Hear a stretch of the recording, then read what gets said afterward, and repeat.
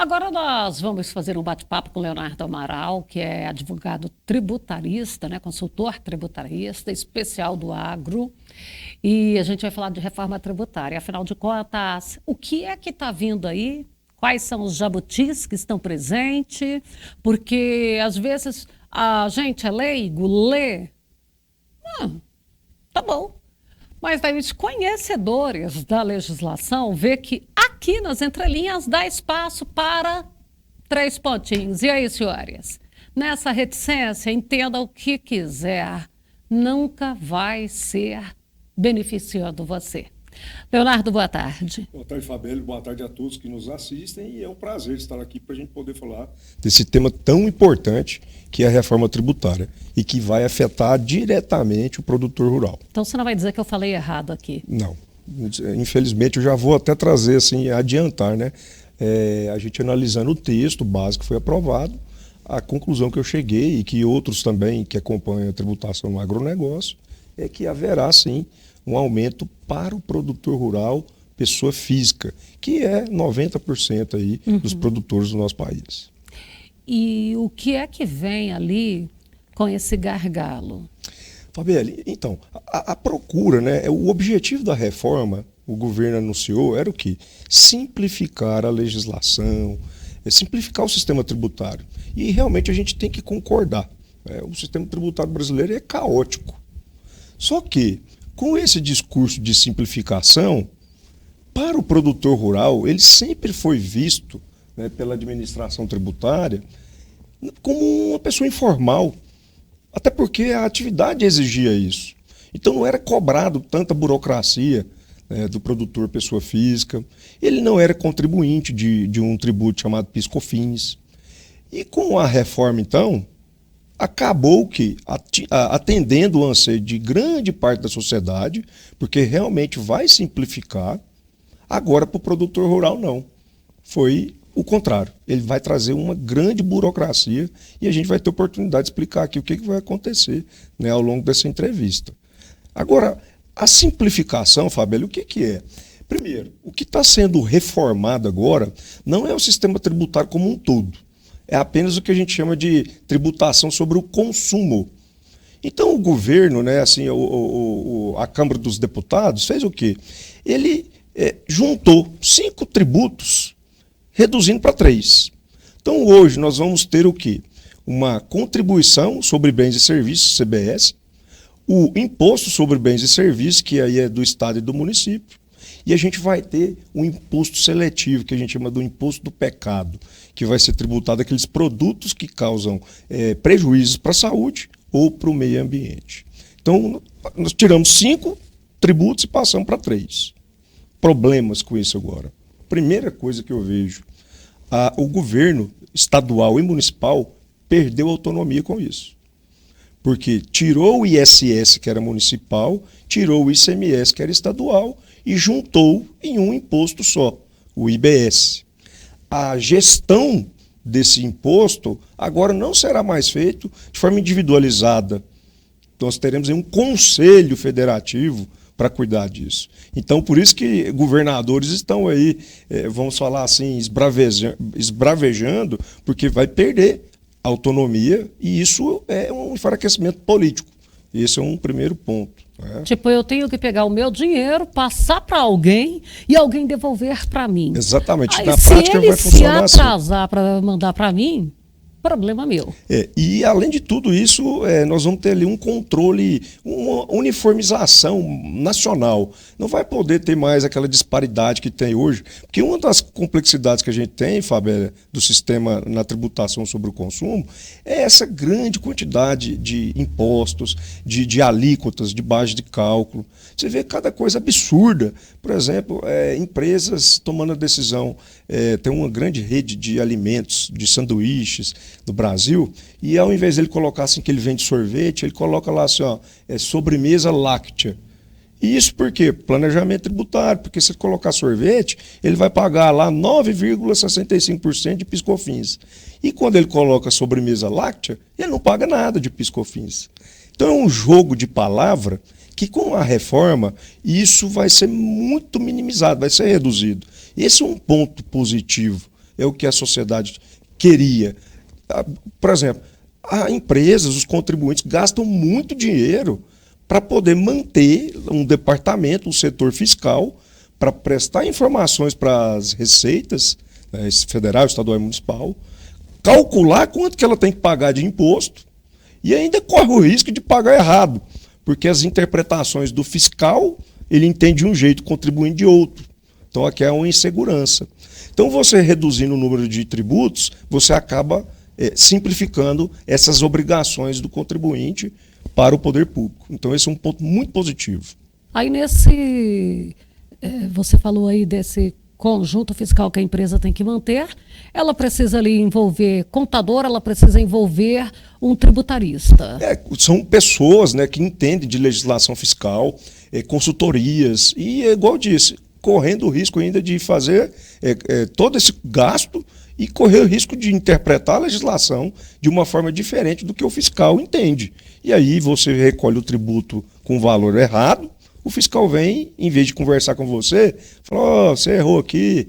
Não, ele vai te multar, ele vai fazer um auto de infração, ele vai fazer uma multa. Então, assim, isso é muito prejudicial. Então, a reforma desse jeito aqui, ela vai dar uma minimizada, ela vai simplificar, sim. Só que ela traz alguns outros problemas.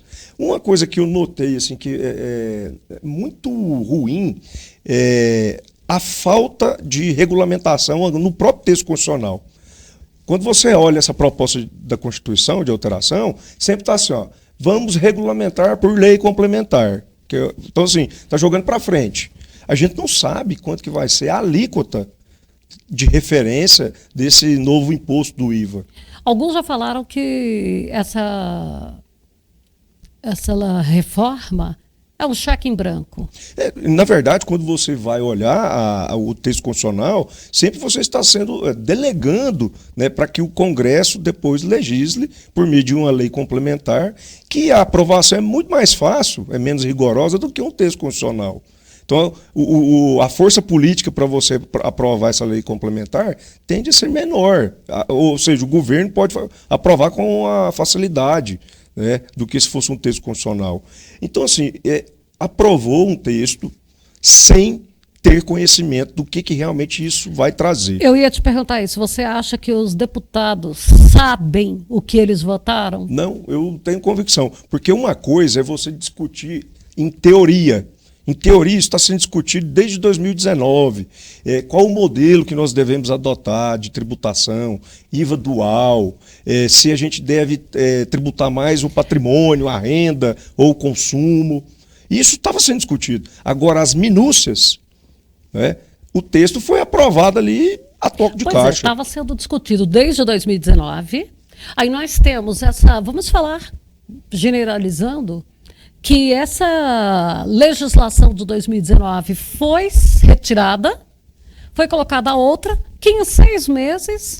Exatamente. E assim, é um tiro no escuro.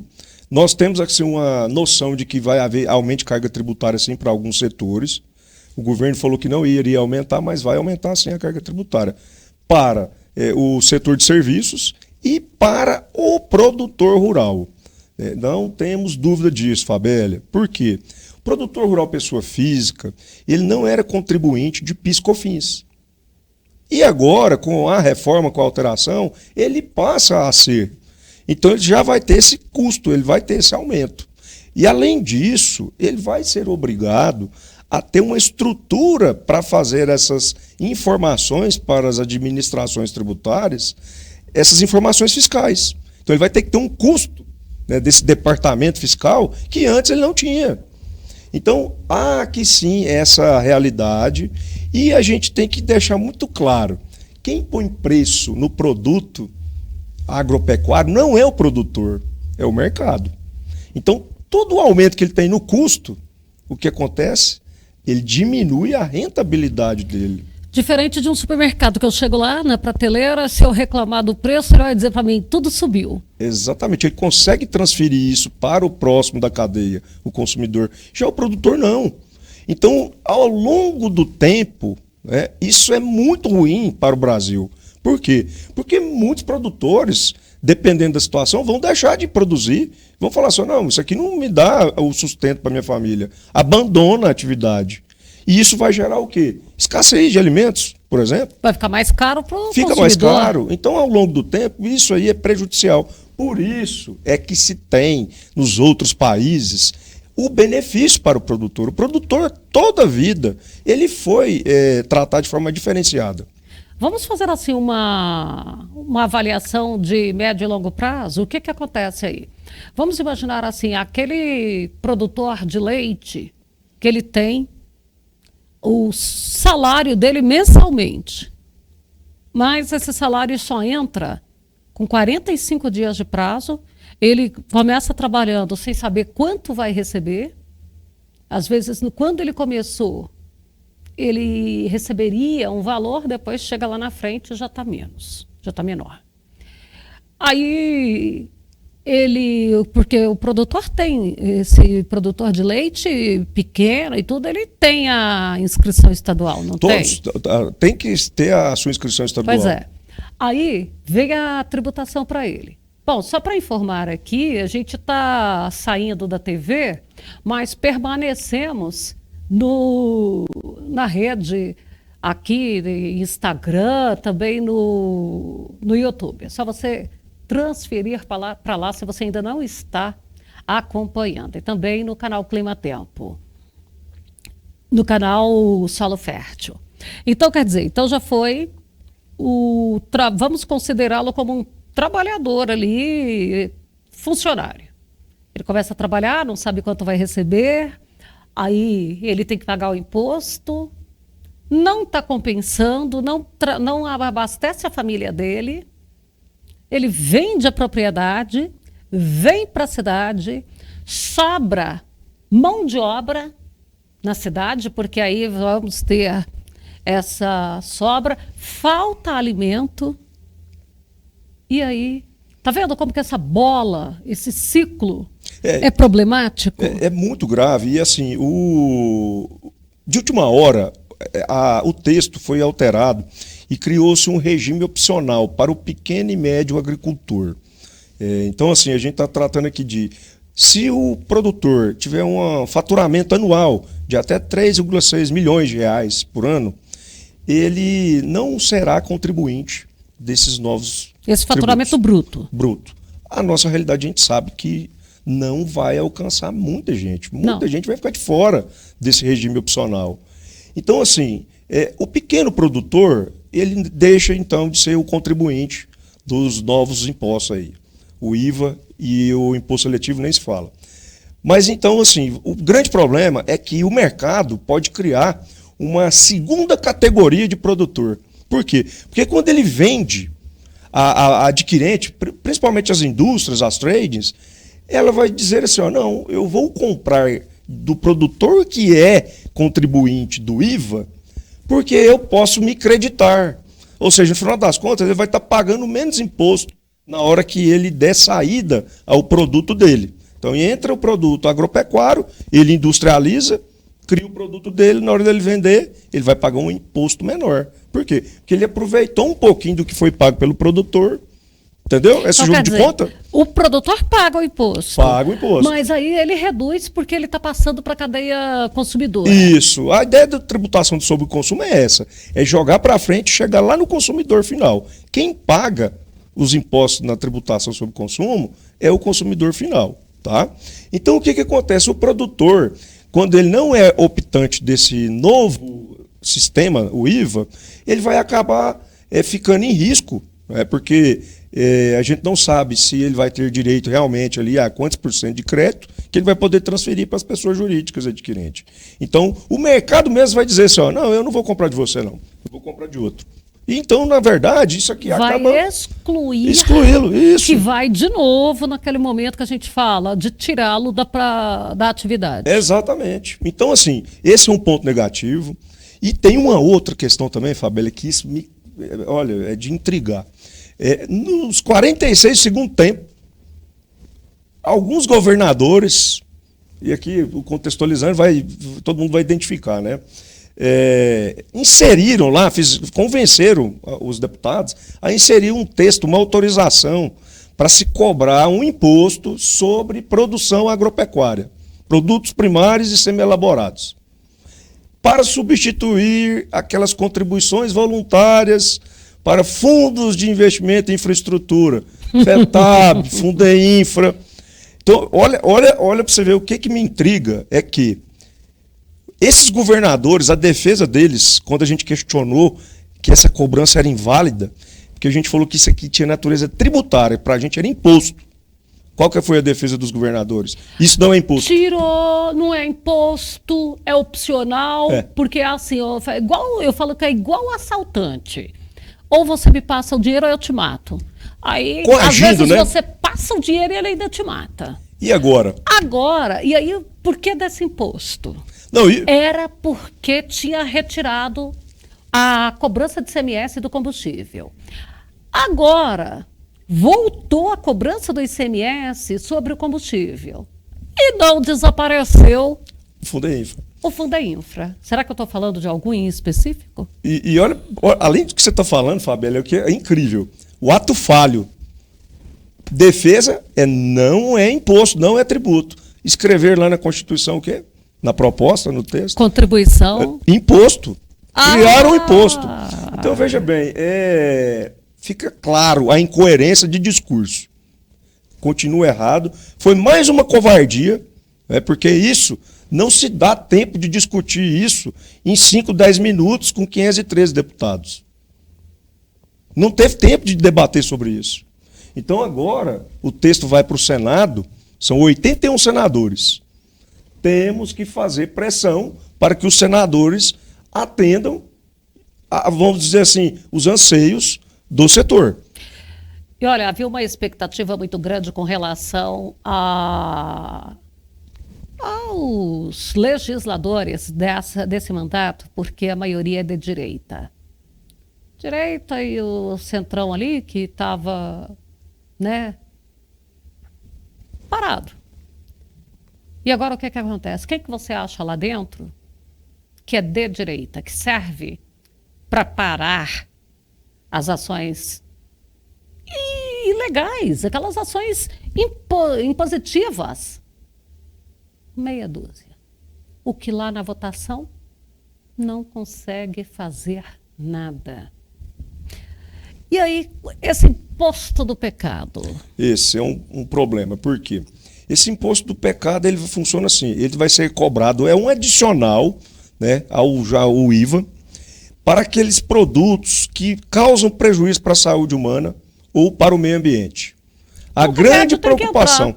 Não, o remédio já está alíquota zero, né, já tem a previsão. Porque remédio também traz prejuízo à saúde humana. Aí que vem toda a interpretação. Para não ter essa dupla interpretação, o Constituinte ali, né, a reforma, já colocou, medicamento isento, vai pagar alíquota zero.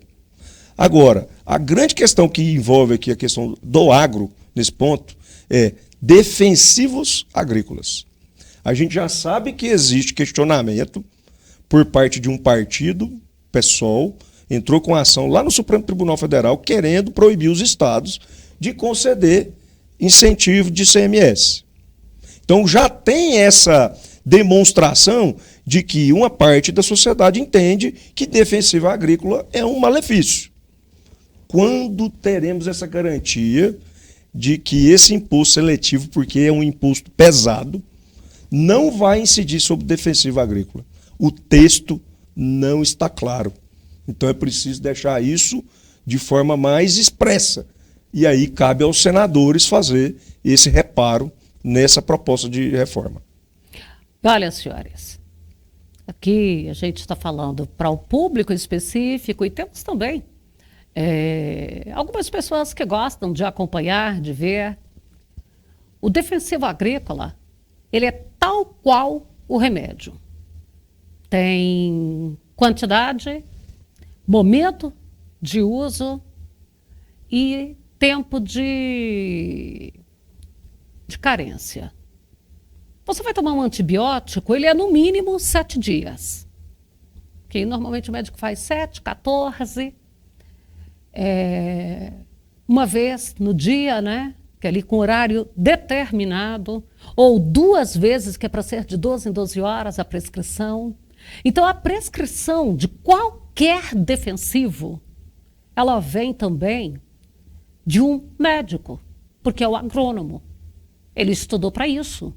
Então, ele vai fazer a recomendação para que tenha uma planta sadia.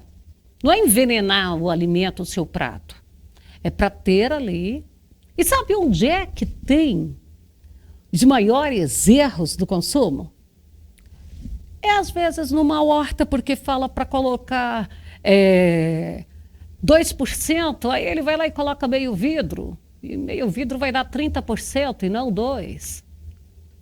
Ele entende que aquilo ali não está trazendo nenhum prejuízo. A planta sobrevive, mas ela vai com algum resquício.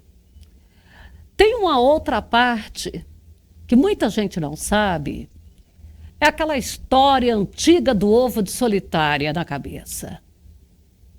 Isso se chama neurocisticercose. E como que isso aí é ingerido? Pela carne de porco mal passada. Erro. A carne de porco, se ela estiver contaminada, que hoje os suínos que a gente consome, que nós consumimos aí, eles não têm, porque eles estão lá das granjas, vem tudo com nutrição e tal. Ele é ingerido, a larva, pela folha mal lavada, porque é contaminação de esgoto. E as hortas urbanas, a maioria está lá às margens de rios, córregos. E a gente sabe muito bem que há um derramamento ilegal de esgoto. Aí sim, ela vai ser ali irrigada, contaminada, foi mal cuidada ali se tratando de defensivo, e você não faz um tratamento dela em casa, consome isso aí, que pode te levar aí a ter convulsões de todas as espécies. Isso sim, a falta de defensivo é o que faz. Defensivo é como um remédio. E aí você não usou o defensivo, você vai ter que usar remédio. Aí um remédio que precisa de outro, que pede outro, que pede outro, uma sequência de ocorrências. Agora vem querer, porque defensivo faz mal para a saúde humana e para o meio ambiente. Tem que demonstrar, né, Fabíola? A gente sabe que o defensivo é uma tecnologia hoje essencial para manter a produtividade. E isso, o aumento da produtividade, acarreta o quê? A redução de custo do alimento na mesa do brasileiro. Agora, seria justo fazer uma fiscalização ali? E existe hoje podia fazer essa fiscalização sem hora marcada. A fiscalização sobre esse mercado é muito rigorosa. Temos legislação. Então, não é um argumento, vamos dizer assim, forte suficientemente para afastar, né, a manutenção desses incentivos. Porque aumentar o custo de defensivo agrícola, a gente sabe que isso aí vai aumentar o custo para o produtor. E é igual eu disse, o efeito prático é o abandono da atividade. A gente já sabe que hoje a rentabilidade do produtor está horrível, né? Então, assim, falta sensibilidade. Acho que a frente parlamentar, justamente com a CNA, dentro das possibilidades, conseguiu ter avanço. Sim, nós temos que reconhecer, por exemplo, a alíquota do produtor, do produto agropecuário, do insumo, não vai ser a geral, a máxima. Vai ter um desconto, um abatimento de 60%. O ideal seria 0%. Mas já que não queriam, então pelo menos um meio termo. Isso é um ponto positivo. Questão de IPVA. Não estava muito claro se iria cobrar IPVA sobre máquinas, né, na atividade rural. Agora não, o texto trouxe isso com muita clareza. Isso é um ponto positivo. Está definido. Está definido. Então, assim, tem esses avanços. Agora nós precisamos, junto ao Senado, rever alguns pontos que eu considero muito importantes. Um exemplo, essa questão do limite máximo de 3,6 milhões para o produtor escolher ser opcional ou não o regime do IVA, poderia aumentar, né, para 5 milhões. A gente conhece a realidade da agricultura e aumentando esse teto, alcançaria muito mais o número de produtores. Pois é, porque alguém com 300 hectares, ele não consegue ficar abaixo de 3,6 milhões. Quando tem essas elevações de preço commodity também, o preço vai lá em cima. Então, assim, é um setor, é um ponto que merece atenção. E o efeito prático disso, Fabélia, como eu disse, não vai exigir do produtor esse custo, esse ônus de manter aí uma equipe, né, para cumprir as burocracias que esse novo regime está inserindo para ele. Então, acho que é muito importante os senadores aí e as entidades conversarem, dialogarem. O próximo passo agora é no Senado? O próximo passo é no Senado. Tá, e considerando aí na pior das hipóteses para nós, ela sendo aprovada, qual é o passo seguinte? Bom, aí o passo seguinte, aí vai valer, né? Aí vai ter a regulamentação. Vamos passar mais uma discussão no Congresso de coisas mais concretas, como fixação das alíquotas de referência, os pontos mais individualizados. Mas, enfim, passando pelo Senado, Fabélia, aí acho muito complicado ter alguma alteração significativa no texto, que foi aprovado pela Câmara. Os senadores são em número de 81, o sentimento ali de proximidade com os governadores é muito grande. Até pelo texto constitucional, o senador representa o Estado, a Câmara representa o povo. Então o senador ali na prática, ele está trabalhando ali para ouvir o governador. Isso. Então, assim, enfim, acho muito complicado, mas não temos que desistir. E além disso, Fabélia, aí eu acho que vai ser para uma outra entrevista, depois dessa reforma do consumo, vem uma outra que vai afetar muito mesmo, que é a questão da tributação sobre o patrimônio e sobre a renda. E aí nós teremos, assim, mudanças significativas. Cogita-se aí de aumento de imposto sobre herança e doação de até 20%. Hoje, o máximo é 8%. Goiás cobra 8%. Então, assim, a gente tem aí indícios de que isso pode aumentar para 20%. E vai afetar diretamente a família do produtor rural. Por quê? Porque o patrimônio que ele usa para ganhar dinheiro, para sobreviver, é uma área rural e que teve uma valorização significativa. E que na ausência dele, na morte dele, a família já perde 20% logo de cara. Já perde 20%, isso. Uhum. Então, assim, vem mais pela frente, questões de imposto de renda também, teremos aí algumas mudanças. Temos que acompanhar. É um momento realmente de muita atenção e o produtor tem que ficar muito atento, porque tudo isso aqui vai afetar o seu dia a dia, a forma como ele vai conduzir o seu negócio e o custo dele. Leonardo, obrigada pelos esclarecimentos e vamos sim falar aí em um momento futuro breve sobre esse imposto de herança ali, né, do patrimônio, e depois a gente fala também do imposto de renda, quais são as alterações, porque não dá para a gente fazer tudo em um único bate-papo. Muito obrigada pela presença, uma boa tarde para você. Muito obrigado, Fabélia.